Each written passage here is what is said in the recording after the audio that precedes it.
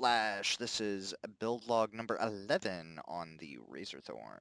My apologies for lack of updates this last week. A little bit of holidays. There was also the release of a new update for RoboCraft, and I had to check that out because I haven't played RoboCraft in quite a minute, and it's a pretty good game. So did a little bit of that. Steam Winter Sales going on, of course, picking up tons of games there. And, general holiday season and whatnot means that I have not spent as much time building. Excuse me.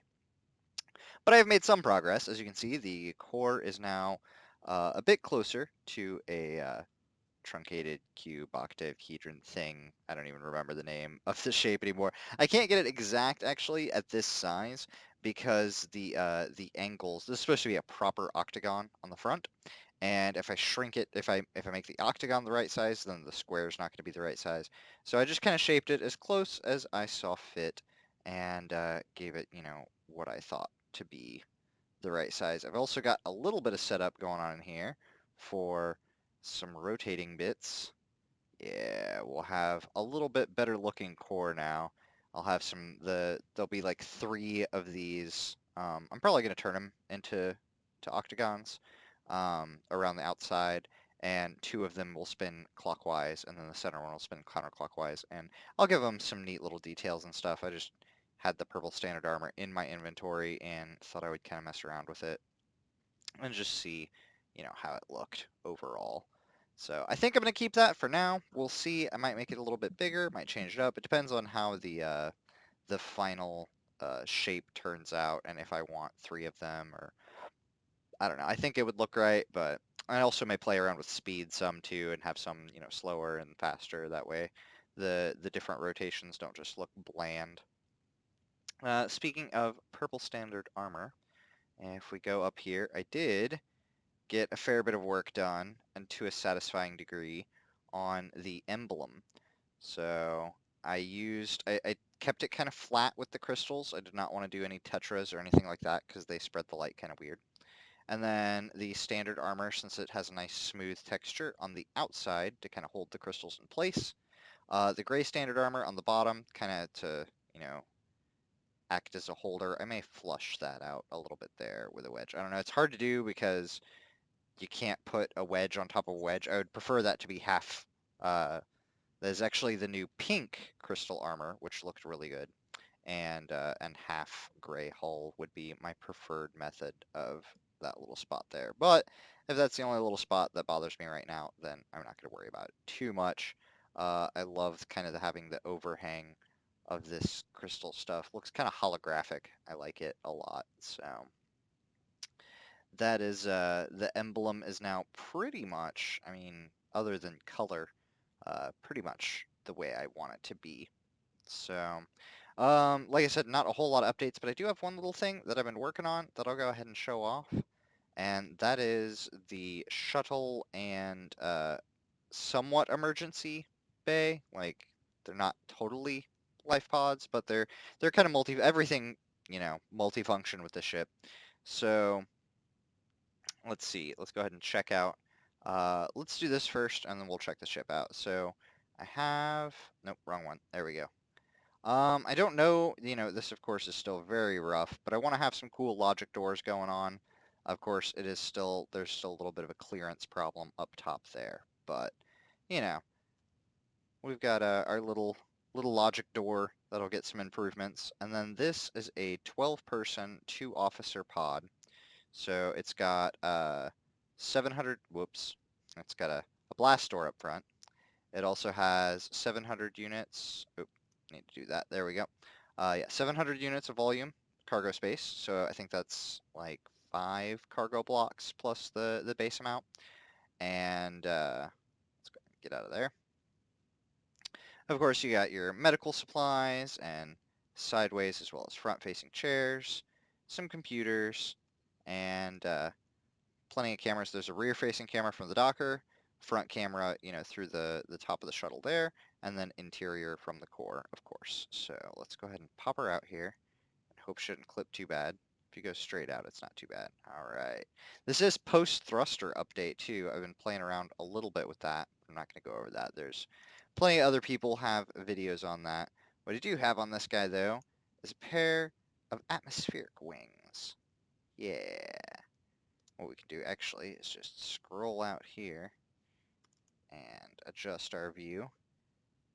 And then throw off that there. Alright, and whoop. Yeah.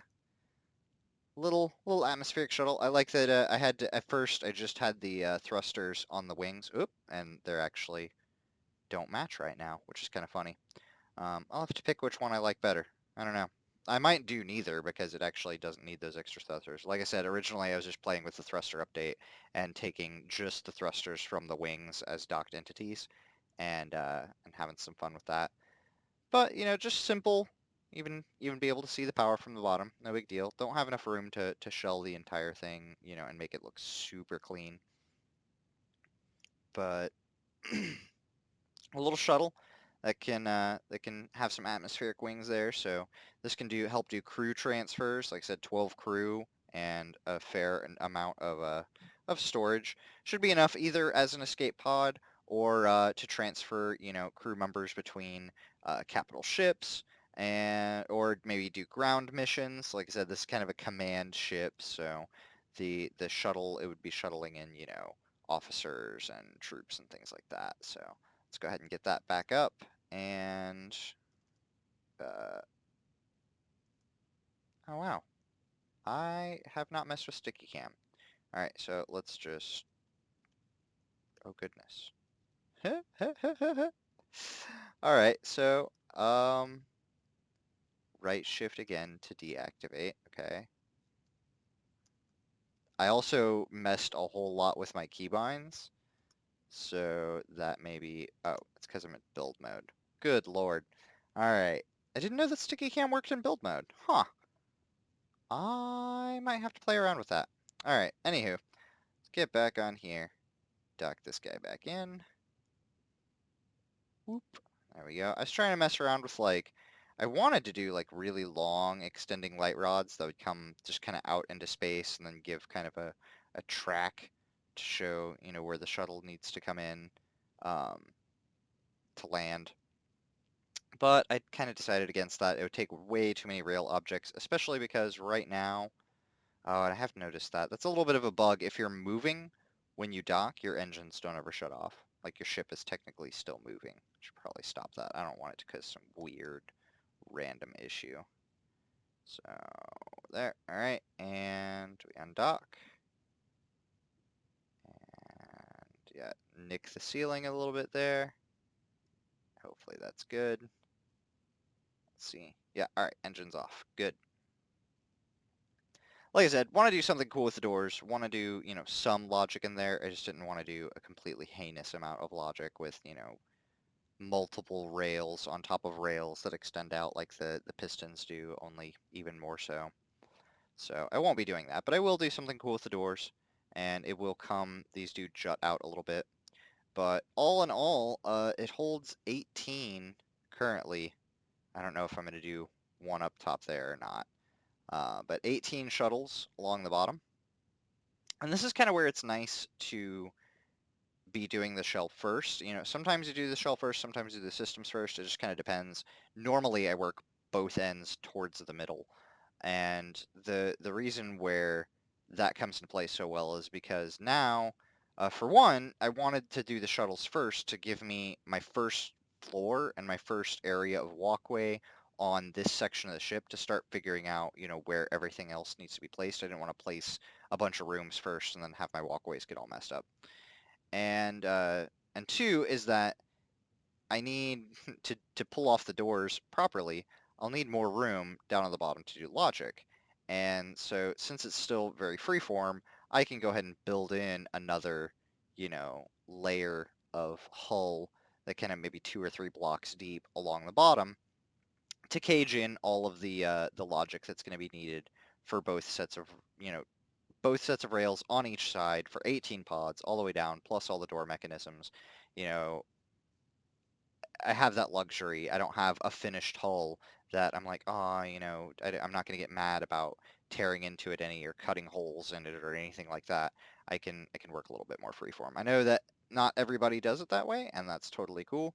I just don't think ahead very well when it comes to really large ships like this, and I just, on a whim decide, hey, you know what would be really sweet? A whole bunch of shuttles. I think this is also the teal crystal armor, just completely changing subjects on you there, but yeah, teal and pink crystal armor now available. Fun stuff. I like it. It looks really good.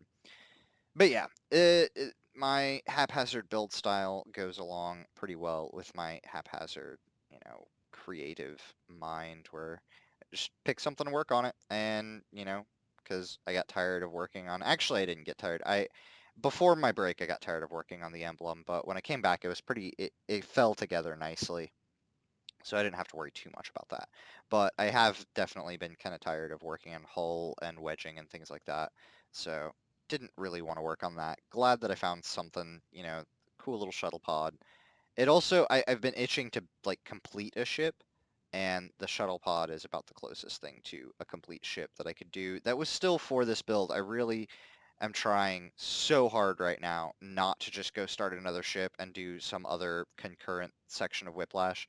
Not with this build. Maybe in the future, but I really do. I want to build like a dozen different ships right now, but I fear that if I do that, I'm never going to come back to this, and I'm not going to do that. I'm going to dismotivate myself and a ton of other people if I totally abandon this project, and if I work on something else, there's a good chance that I will get abandoned. So anywho, that'll be it for now. I appreciate, everybody who's been following along. Your comments and criticisms have definitely been taken into account. And I'd love to hear what you guys have to think of what I've got so far, or what you've got going on. And hope everyone out there has had a wonderful holiday season. And to everybody else out there, keep building.